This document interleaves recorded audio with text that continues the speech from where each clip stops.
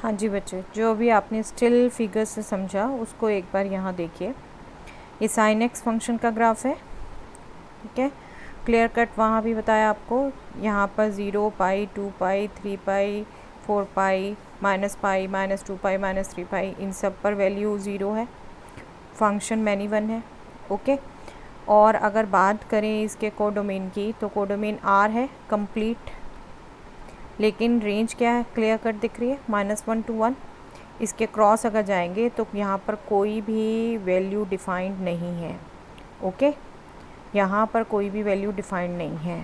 Defined कैसे, जैसे देखो अगर यहाँ के बीच में अगर आप कोई वैल्यू लो, आप उसके लिए कोई ना कोई x की वैल्यू निकाल सकते हो, ठीक है। हर एक वैल्यू के लिए कोई ना कोई x की वैल्यू आप निकाल सकते हो। तो इन सब के -1 और 1 के लिए तो प्री इमेजेस हैं, लेकिन 1 ऑनवर्ड्स प्री इमेजेस नहीं है, ओके। तो अभी ये as such many one into function है, ओके। हमने क्या किया, सबसे पहले इसको -1 to 1 रेस्ट्रिक्ट कर दिया। -1 to 1 रेस्ट्रिक्ट करने से क्या हुआ, फंक्शन ऑन टू हो गया। क्लियर कट समझ आ रहा है ये आपको। अब क्या है, अब -1 से 1 के बीच में कोई भी वैल्यू लें, उसके लिए हमारे पास कोई ना कोई वैल्यू x की आ जाएगी, ठीक है, राइट।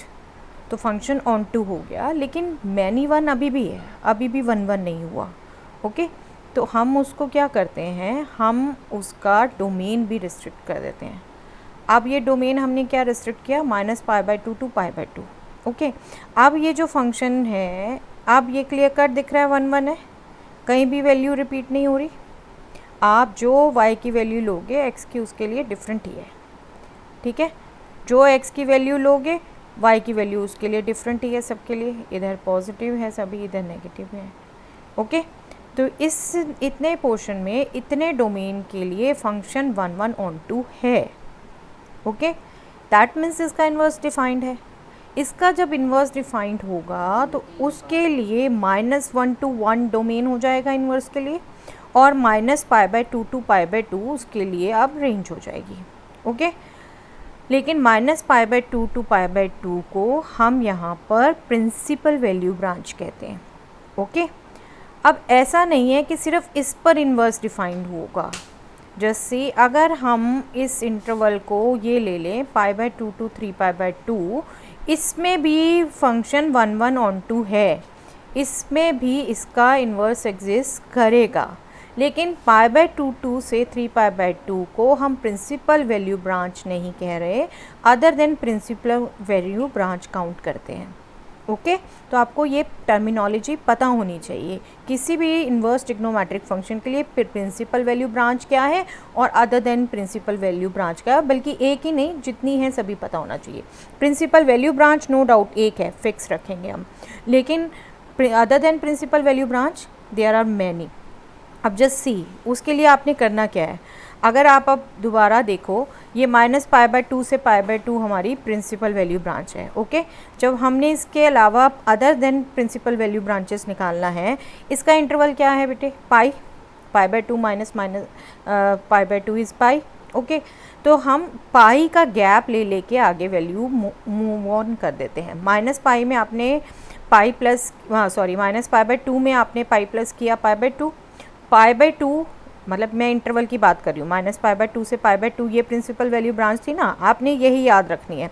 आपने ये याद रखना है साथ में कि इसका ये लेंथ क्या है, पाई।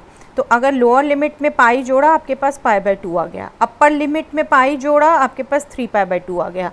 तो दैट मीन्स जो next other than principal value branch हो गई वो आपके पास हो गई π/2 to 3π/2, ठीक है। इसी ढंग से जब अगली आपने निकालनी है तो π/2 में आपने पाई जोड़ा, ऐड किया 3π/2, ठीक है, और अपर लिमिट 3π/2 में पाई ऐड किया तो यू विल गेट 5π/2। तो आपके पास न्यू इंटरवल अब ये बन जाएगा, ओके। 3π/2 to 5π/2 आपने पाई ऐड करना है सिंपली, ओके।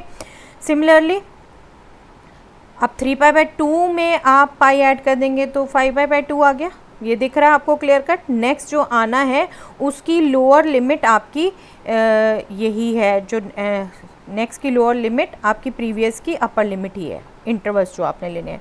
तो जब आपने 3π/2 में पाई ऐड किया यू विल गेट 5π/2, 5/2 में आपने पाई ऐड किया यू विल गेट 7π/2। तो नेक्स्ट ये हो गई आपकी प्रिंसिपल वैल्यू ब्रांच के अलावा ब्रांच 5π/2 टू 7π/2। ऐसे ही आप पाई ऐड करके निकाल सकते हैं। और उसके अलावा यहाँ से जब नेगेटिव साइड में आप बात करते हैं तो नेगेटिव साइड में -π/2 टू -3π/2 टू -π/2। और ये कैसे आई आपकी, ये आपकी आई -π करके। आपकी ये पहली प्रिंसिपल वैल्यू ब्रांच थी -π/2 टू π/2। -π/2 से आपने पाई माइनस किया यू विल गेट -3π/2। ओके, और आपने π/2 से पाई माइनस किया यू विल गेट -π/2। ओके, तो लेफ़्ट में आपने अगर एक प्रिंसिपल वैल्यू ब्रांच के अलावा ब्रांच निकालनी है तो -π करते जाइए लोअर अपर लिमिट में, और अगर आपने राइट में निकालनी है तो पाई प्लस करते चले जाइए। ठीक है, okay. Let us finally recall this thing, -π/2 to π/2 is principal value branch. Okay, and π/2 to 3π/2 अब जो हम सारी रिकॉल कर रहे हैं other than principal value branch, π/2 to 3π/2, next 3π/2 to 5π/2। Okay, next 5π/2 to 7π/2। Okay, इसी तरह पाई ऐड करके हम राइट में मूव करेंगे, और जब लेफ़्ट में देखना है हमने तो this is -3π/2 to -π/2, next -5π/2 to -3π/2, next -7π/2 to -5π/2। Okay, तो ये याद रहेंगी बेटे अब आपको। आई थिंक ग्राफिकली देख के बहुत अच्छे से दिमाग में सेट हो जाता है। That's why I have plan to show this all to you. Okay, I hope you will understand. Okay.